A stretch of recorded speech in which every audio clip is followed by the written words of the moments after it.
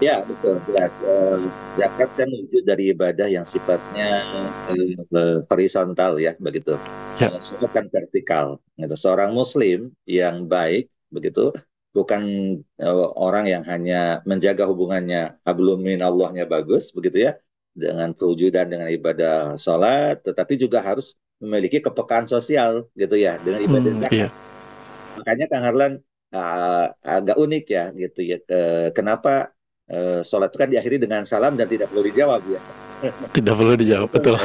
itu mungkin hikmah ya. Kalau kalau ibadah kan kita tauqif ya, artinya mengikuti saja. Tapi tentu kita bisa menggali hikmah. Kenapa Hmm. sih sholat itu diakhiri dengan salam dan salamnya nggak perlu dijawab?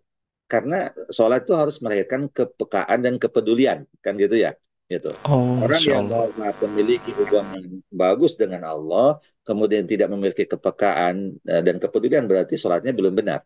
Makanya kita salam ke kanan dan salam ke kiri.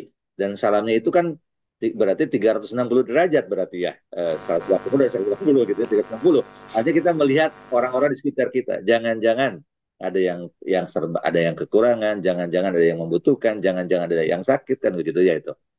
Sehingga setelah kita sholat, kita menyaksikan misalkan ada orang-orang yang serba kekurangan, nah nanti kita berusaha berbagi dengan apa yang kita miliki, kan gitu ya. Karena kita tahu di dalam Al-Quran Allah sudah mengingatkan bahwa harta itu tidak boleh kailayakuna dulatan bainal agniya minkum. Jangan sampai hanya muter di orang-orang kaya gitu kan.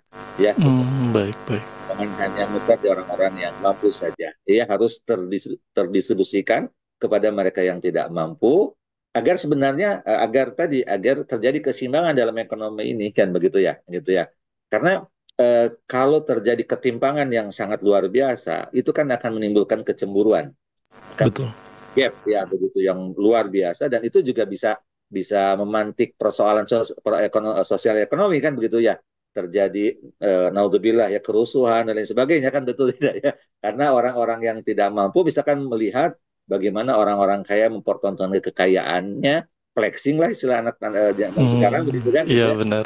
orang yang tidak mampu ini kan merasa aduh kok mereka hidupnya begitu nyaman sedangkan kita begini ya nanti bisa terjadi mohon maaf permasalahan sosial kan begitu ya.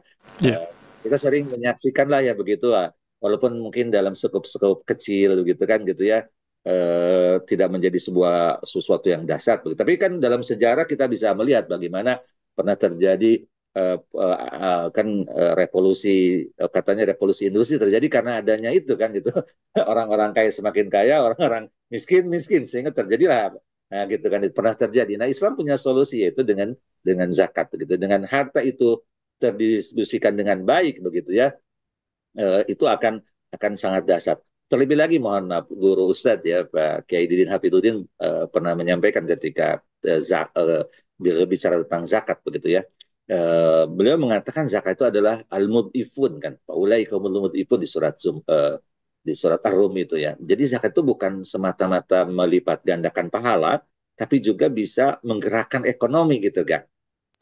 Baik. Mud'ifun. Betul gitu ya.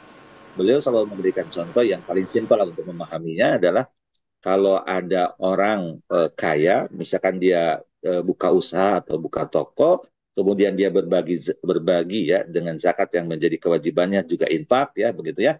Dan tentu dibagikannya kan nggak akan jauh, pasti kepada orang yang paling dekat dulu kan ya dengan toko tersebut kan gitu ya.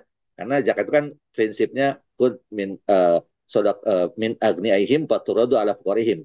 Diambil dari orang kaya dan dibagikan kepada orang fakir di antara mereka berarti yang di sekitar didahulukan kan gitu ya itu. Nah, kalau orang orang kaya itu berbagi dengan hartanya, maka berarti orang miskin kan memiliki daya beli, betul tidak? Karena dia Betul. mendapatkan zakat, ya betul tidak? Kalau dia memiliki memiliki uang untuk berbelanja, maka dia akan belanja dan belanja dari siapa? Tentu tidak mungkin jauh-jauh, pasti dari siapa? Dari orang kaya itu kan gitu ya, yang memiliki toko atau memiliki usaha kan gitu ya. Begitu kan gitu. Sehingga tadi terjadi proses dalam ekonomi kan ada produksi, kemudian konsumsi, distribusi. Nah, persoalannya kan dalam ekonomi selalu distribusi yang menjadi persoalan kan gitu ya.